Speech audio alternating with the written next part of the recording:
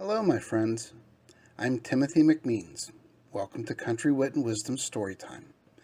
Grab yourself a cup of coffee or tea and pull a chair up to the fireplace. Let the day's worry and stress fall from your mind and your heart. Let our journey begin.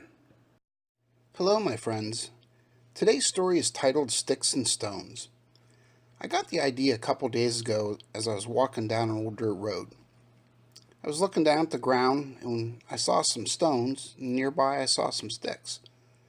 That's when the master gave me a flash of a scene in my mind. And this is where our story begins. It was late as he sat in his office studying the x-ray in front of him. It was a 10-year-old's picture that he was looking at. She was born with a slight deformity in her leg that caused her to walk with a limp. Sitting back in the chair, his mind was cast back in time. "Hey, Limpy, want a race?" It was recess, and the usual ritual of heckling had begun. He tried to block it out of his mind, but their jabs and teasing always stung. At least they were not throwing things at him today. It was something to be thankful for. He had gotten very good at not letting their torture show, though. If he let it get to him, or if he tried to fight back, it only got worse. Sitting under the maple tree at the edge of the playground, he just buried himself deeper into the book he was reading. He had always loved to read. From the moment he had learned how, he read everything in sight. It didn't really matter to him what it was. Many people assumed that his mind was as slow as his walk, but that was not the case. What he lacked in physical quickness was more than made up with in his mental acumen. What he was reading today was a book on biology, the study of life. It had fascinated him from the time he could remember. High up in the heavens, the master looked down, and he saw what happened. Angels rejoiced when he said to his son, "Watch what I do with this one."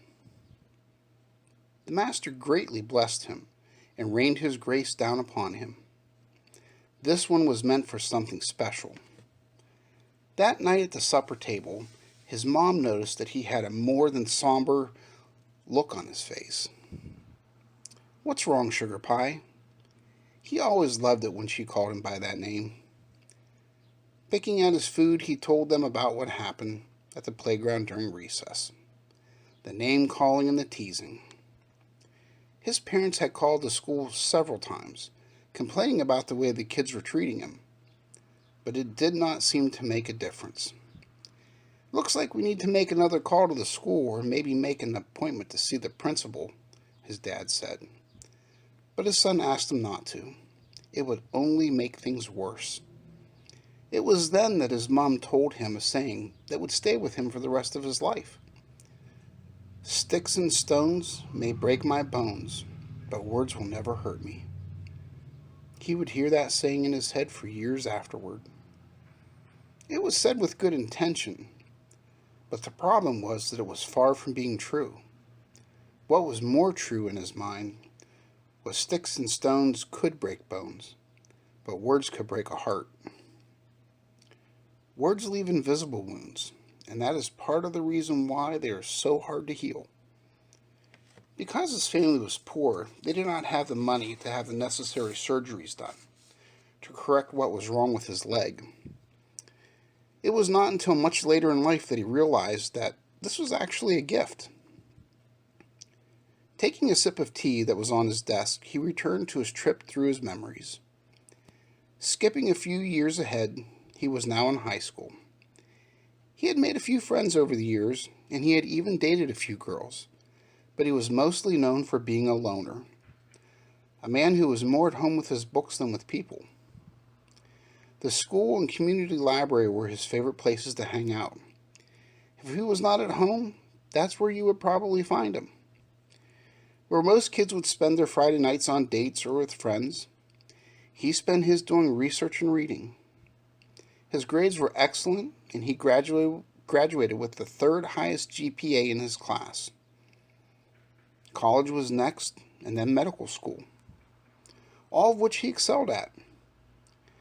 Putting in the hours of study and practice was not difficult for him. Much like high school, he avoided the party scenes and the extracurricular activities that did not move him forward in his goal to become a doctor.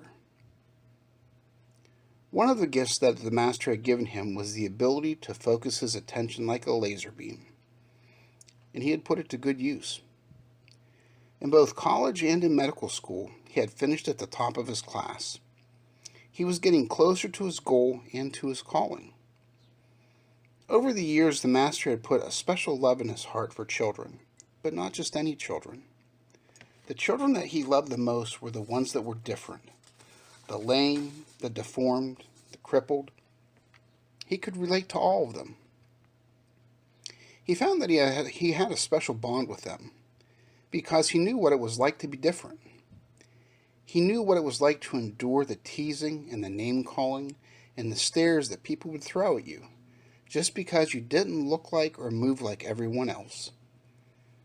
He made a good living at his profession, but more than anything else, it gave him the ability to practice his calling, to help children who were born different. Each child had their own story, their own invisible wounds, and their own way that they needed to be approached. With a heart made large by his master's touch, he welcomed and treated them as if they were his own children. There was a time when he had been able to have his own leg surgically corrected, but he had always decided against it. He wanted to keep it so that he would always be reminded what it was like to be born different. He also knew that it made him much more approachable for the children who came to see him. He also knew that it was not just a deformity. It was a gift from the master, and he did not want to change it or waste it. Finishing his cup of tea, he returned his attention to the x-ray and the medical report in front of him. 25 years later, as he stands before his master and maker, he hears the words of beauty and grace that he has longed to hear his whole life. "Well done, my good and faithful servant. Please enter into your heavenly rest." As he is welcomed in, the master physician asks him to stand forth and present his lame leg to him. It is time for healing. Bowing his head, he quietly asks his master to leave him as he is. "This is how you taught me to love. As your son continues to show the wounds that he endured to save me, I wish to keep this lame leg as a reminder of the gift and the love that you've shown me. Without it, I don't think that I'd be standing before you now." With tears in his eyes, the master nods his head yes. At that moment, he starts to hear the sound of children's voices. They are getting louder. As he steps past the gates of pearl, he is met by a throng of children, measuring in the tens of thousands. These are the patients that he has treated over his lifetime. A smile spreads across his face as he meets them and limps into paradise. I hope you liked this story today, folks. Stay tuned for our next journey together. Take care and God bless.